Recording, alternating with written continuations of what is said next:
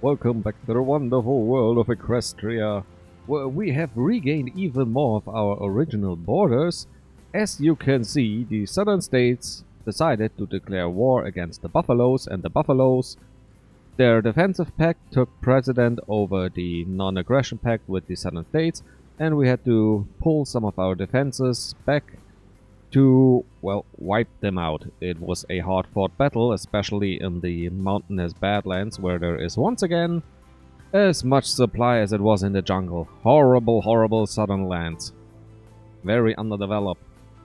But maybe now I can do something about it. There was, I think, one more railway thingamajig that I wasn't unable to click, but oh no, it's done.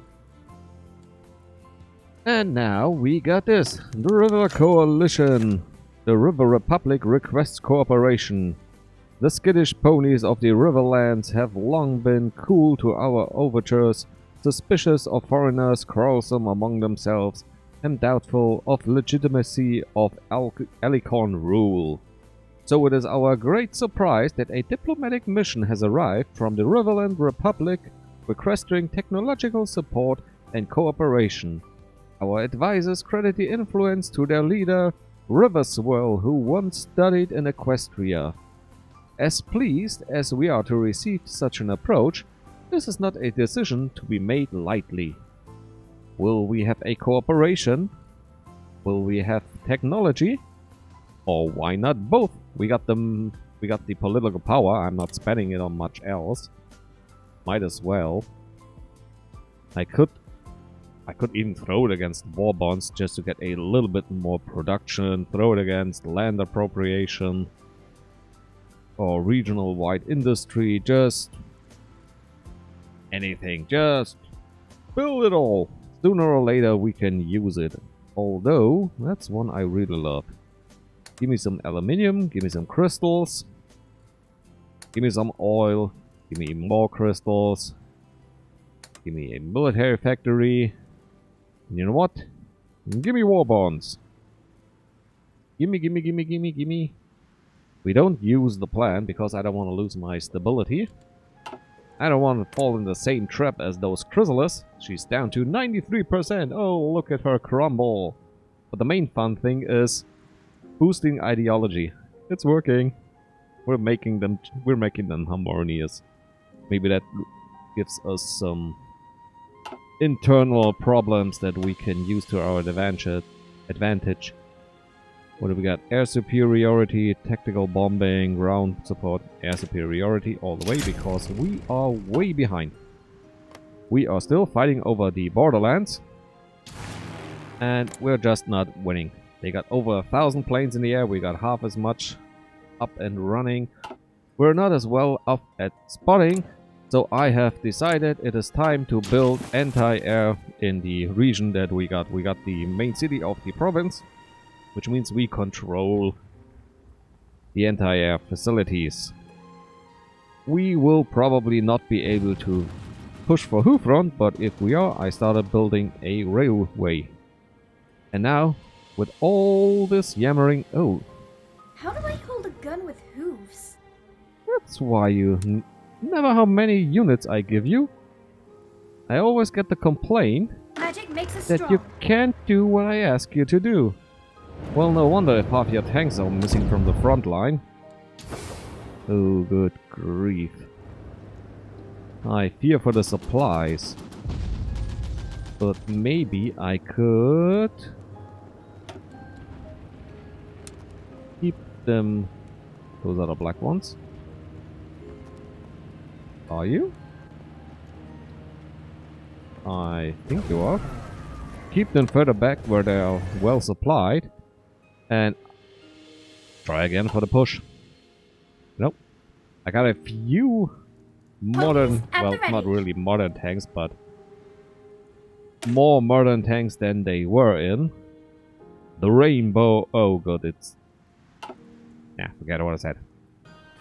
Magic nuclear weapon. With the war dragging on, our scientists have begun working on something that might break the impasse at the front. Based upon the theories of magical annihilation and the failed mega spells, the Magi nuclear principle would be able to harness all of the raw magical power inherent in the crystals, used and unleashed it by having it undergo an explosive nuclear fission. Not all crystals can be used, and even then, massive amounts of raw magic power will need to be packed into any one device. But should we be able to produce such a weapon, it would be one of the most powerful and fearsome weapons ever created. It is regrettable. We must push this far for victory. Victory! Magi nuclear power unleashed. Because it's a stalemate. We can't get forward. They can't push at us. Our deaths are climbing for the 1 or 2 small pushes I made. And I have suffered greatly. Although I managed to create some very, very bad supply situations for them, where they will be constantly losing pony power. However, this cannot go on. I don't have the breakthrough to push through. My light tanks are just no longer up to the task. I'm working on medium tanks, but as you can see, we got a small problem. This medium tank requires the above, so this way from this light tank goes here to 1016, which is a whole lot of time in the future. However, researching all those 3 also takes 1 year. 1 year, and then we probably, if we had some bonus, I would just go for this one, but we don't, so bad things happening. Let's take a look to our friends over the pond. Things have been happening. The Grifonian Empire has destroyed the Republic. The Catharine Empire has been founded from Wingbardi, and they decided to declare war on one another, which is good for me. I have my defensive ponies in position, although it looks like Maryland has pretty much abandoned its homeland in order to help me. Well, hopefully this goes on well. The River Republic is friendly with us at the moment. They are fighting against Helquin, and the threat in the south from the Magic Pentarchy has also been taken care of. What we are waiting for is maybe a outbreak of the Dread Legion. And those little bugs are still harmonious, so this looks really nice. Well, the socialists in our place are just, you know, enjoying life, while everything else is going to doo-doo. So maybe in a few more years I'll be able to build magical weapons. Other than that, it's just building up. I think our main losses are with the Air Force. Maybe I should just go back to defending. However, I cannot, and we are slowly gaining on the enemy. Thanks to some anti-air capabilities in the borderlands. And right, this is just defensive mainly. We also got a year 15 fighter, so we are well ahead in the air game. However, we have pretty much lost the naval game. This is all what we got left. Around 30 ships, the enemy has about 100, so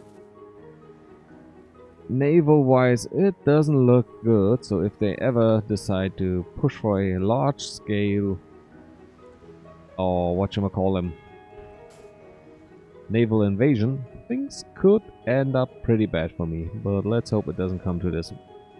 And maybe they just start throwing themselves against me even more, but they are still service by requirement. They got all their factories, so no running low on supply on their side. It's a brain race now. Who has the smarter brain, who can maybe bomb the enemy infrastructure more than the other one can. That's all there is to it. Ladies and gentlemen, I have an important announcement to make. As you can see, there is no event on the screen. So why? Why would you disturb us with your chitter chatter? Where are the results of your war? Well, I have one thing to say to you. Sir Aaron. Yeah, I'm sorry. I told him I tried out his pronunciation in part 13, and Horsebrain forgot. I forgot it halfway through 14, and only because there was a break in days that I noticed I had to write it down in my file names list just so I wouldn't forget again. And now, without further ado, back to the carnage! Or maybe not. Getting real slow. And why does the Crystal Empire have 200 divisions? What are you doing? Throwing 2 stacks out? Let's just look here.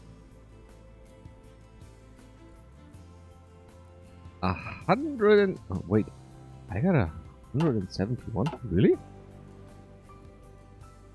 Well, that's way more than I thought, but I guess I got 24 stacks sitting over here. And a few around the borders of my empire, since I pretty much lost the naval game. All I can do now is watch them suffer. He also told me, once again, he's always quite nice and tells me when I'm a big dum-dum. I complained that I didn't have any paratroopers, and then he told me Ponies at the ready. Pegasus are paratroopers. I remembered it in the meantime. That's why I changed the templates of them back to a more sensible 20 width with... oh, show me your details. Template, there it is. To a full one with support equipment and what have you. But I'm not sure airdropping them would help me much at the moment. I mean, I could go for the further reaches.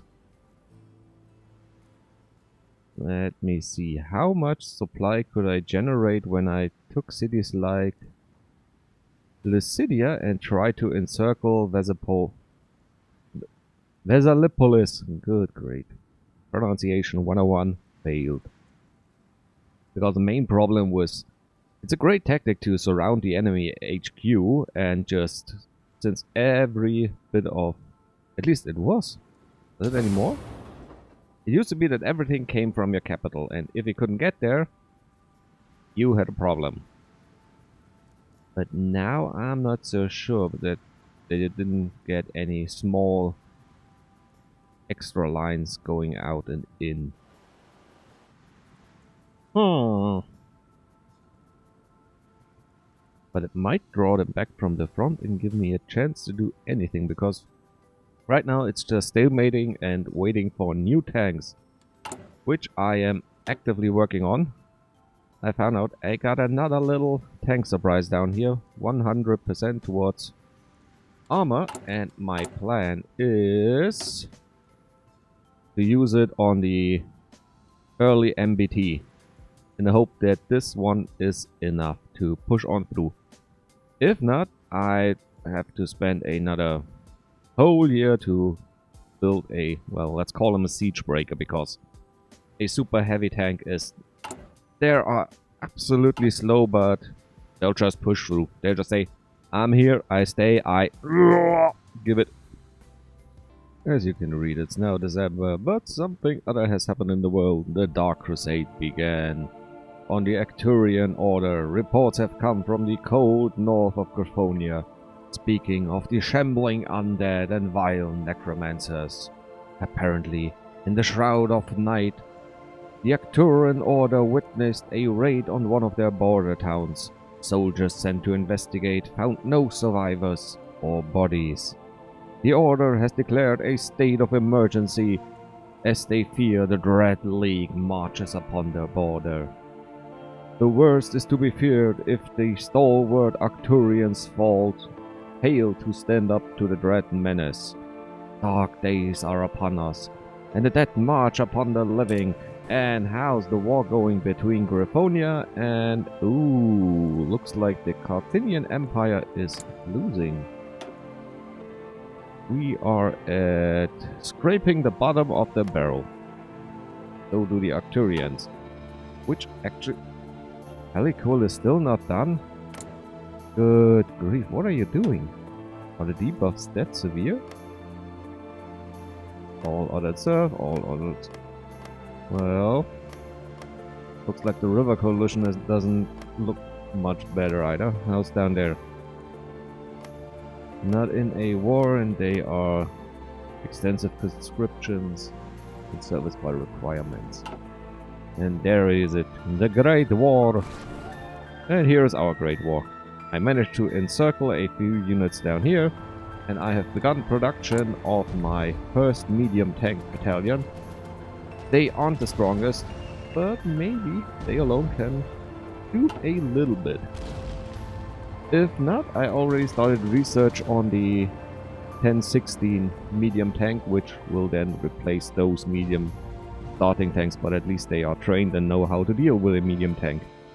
So when the research and the production is rolling in, I don't have to then train and yada yada yada.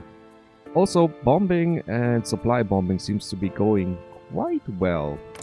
The changelings are losing war support and stability due to propaganda and bombing runs. However, sadly, bombing runs are kept at 30%, so now it's just a bit of propaganda that lowers it. That's pretty much all I can do is, you know, just cause a little bit of unrest, but sadly not too much. Oh well. Well, looks like the Socialist Union has joined us after all in the war against the changelings.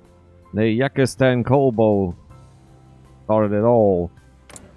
And now the entire continent is at war.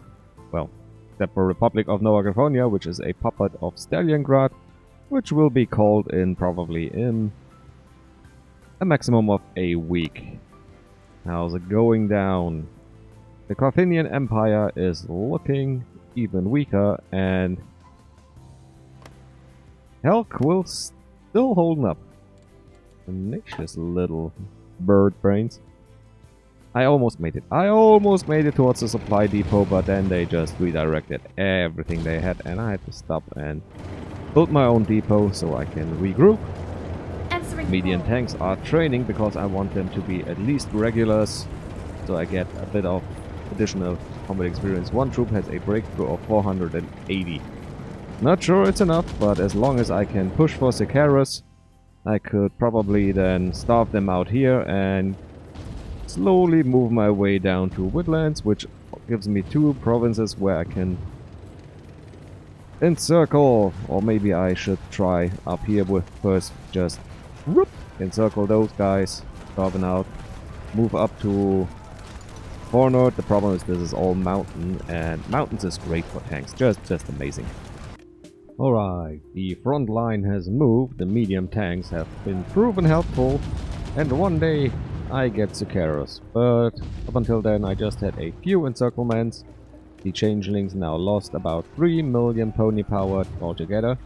The socialists are throwing themselves at the changelings at a rate of about 1-to-1, so that's helpful for me, but I can't really help them out with their little pony power problems.